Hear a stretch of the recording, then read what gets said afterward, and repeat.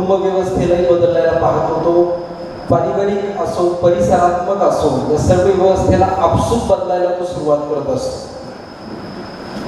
या पत्रकारितेचे जनक आदरणीय बाळशास्त्री जांभेकर असो, आदरणीय लोकमान्य टिळक असो, महात्मा गांधी असो, आचार्य अत्रे असो, तत्कालीन निर्मित झालेली पत्रकारिता आणि आजची सुविधा असणारी पत्रकारिता हा सगळा जर प्रवास अवलोकित केला तर निश्चित रूपाने आपल्याला अनुभवायला येईल की शब्द हे शास्त्र जसं आहे तसं शब्द एक शस्त्र देखील आहे. या शस्त्राचा सुहेतूक जर उपयोग केला तर फार मोठं परिवर्तन आपण आपल्या व्यक्तिगत जीवनामध्ये, आपल्या कौटुंबिक जीवनामध्ये, आपल्या सामाजिक जीवनामध्ये, आपल्या राष्ट्रीय जीवनामध्ये घडवून आणू शकतो. मूळतः पत्रकारिता ही जी जन्माला आली ती केवळ आणि केवळ सकारात्मक परिवर्तन घडून राष्ट्रीय अथवा वैश्विक उभारणीसाठी जन्माला आली. आज त्याची परिभाषा बदललेली आहे, दुर्दैव आहे.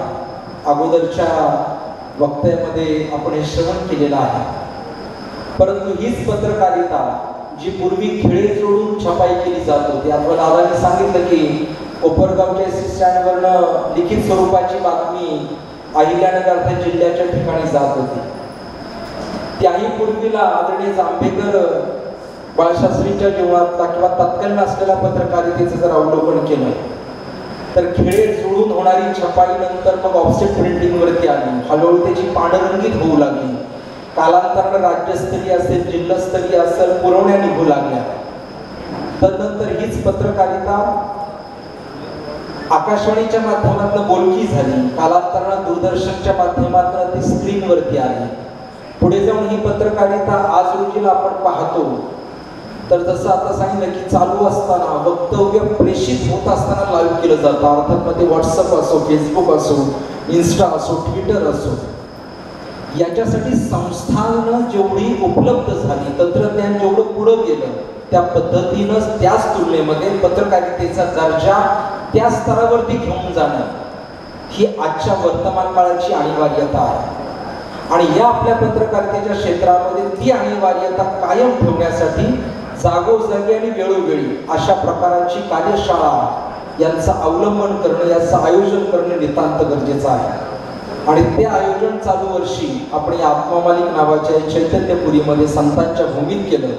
यासाठी मी जशी सुरुवातीला आपल्याला धन्यवाद आणि अभिनंदन दिले, परत एकदा त्याचे उद्गार काढतो. कारण आहे की ज्या भूमीमध्ये आपण बसलेलो आहोत, या ठिकाणी सम्मिलित झालेलो आहोत, या ठिकाणी देखील जीवन परिवर्तन करण्याचं सत्कार्य संत महंत स्वतः सद्गुरू माऊली करत आहे.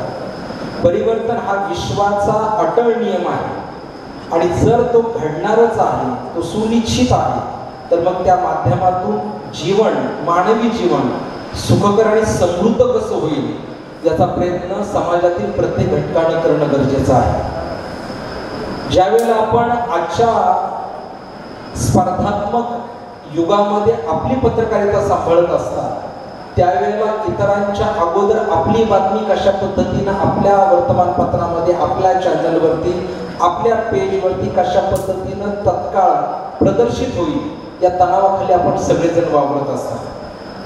कमी वेळेमध्ये माहितीचं अथवा बातम्यांचं संकलन व्हावं आणि ते अतिवेगानं आणि प्रभावीपणे समाजापर्यंत पोहोचावं, हा एक आगळा वेगळा तणाव आज तुमच्या सगळ्यांच्या मानसिकतेवरती आहे. जोपर्यंत ही तणावाखाली असणारी मानसिकता ही सकारात्मक, शांत आणि स्थितप्रज्ञ होत नाही, तोपर्यंत तुम्ही हातात घेतलेल्या तुमच्या क्षेत्रातल्या कार्यप्रणालीला, तुमच्या कर्माला योग्यपणे न्याय देऊ शकत नाही. ज्या भूमीत आपण बसलेलो आहोत या ठिकाणी तणावावरती आणि मनावरती काम केलं जातं.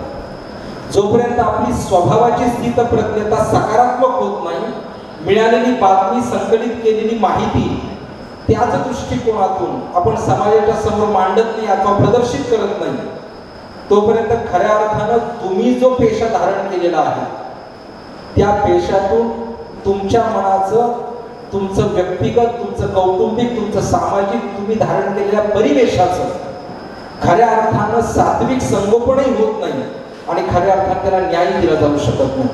आणि म्हणून जसं आता भारत पाकिस्तानच्या युद्धाचं उदाहरण दिलं की न जाणो आपलं कर्म यामुळे समाज हितासाठी विघात घडू शकतं.